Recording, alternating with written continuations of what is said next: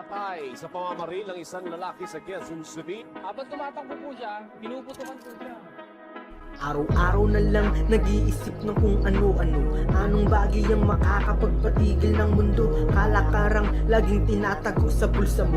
Lakang alam, puro damo binabato sa'yo. Kapkapan ng lesbo habang may bakal sa badok. Pag umalma, di aabutan ng tilaok. Katawang hindi hubad ngunit bakit binalot? Lumang gawain, kitang-kita na ang sapot. Minsan niya harap-harapan pang binabaunan ng halik na para pang si Judas kalaunan. Sino pang batas siya pang nakikipagsuwayan porke may mag-asawang peking bayani sa libingan o 500.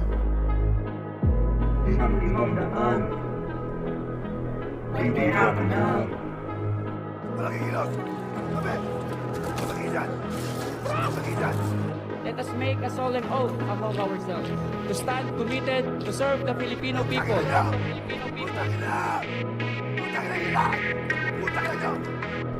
Handa akong mag-ingay habang iba'y nananahimik sa lugar na kung saan limitado ang paligid. Kahit sino pang hibang walang nagtatangkang sumilip sa mata ng kasalanan. At kabera kang tumitay, pwede sana naman.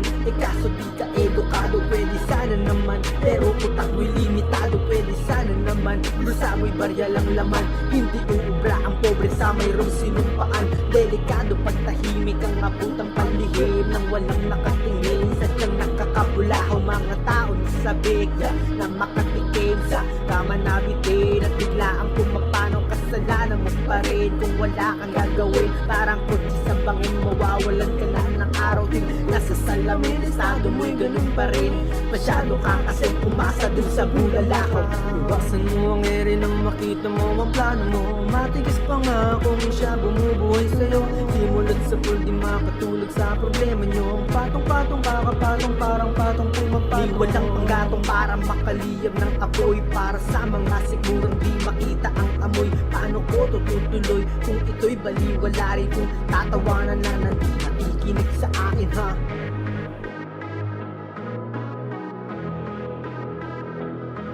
Paano ko tutuloy kung ito'y baliwalain? Kung tatawanan na hindi nakikinig sa akin?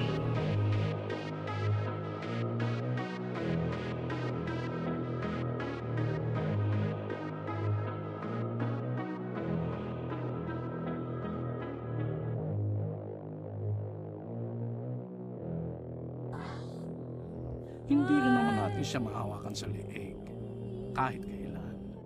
Better to have him killed while he's powerless.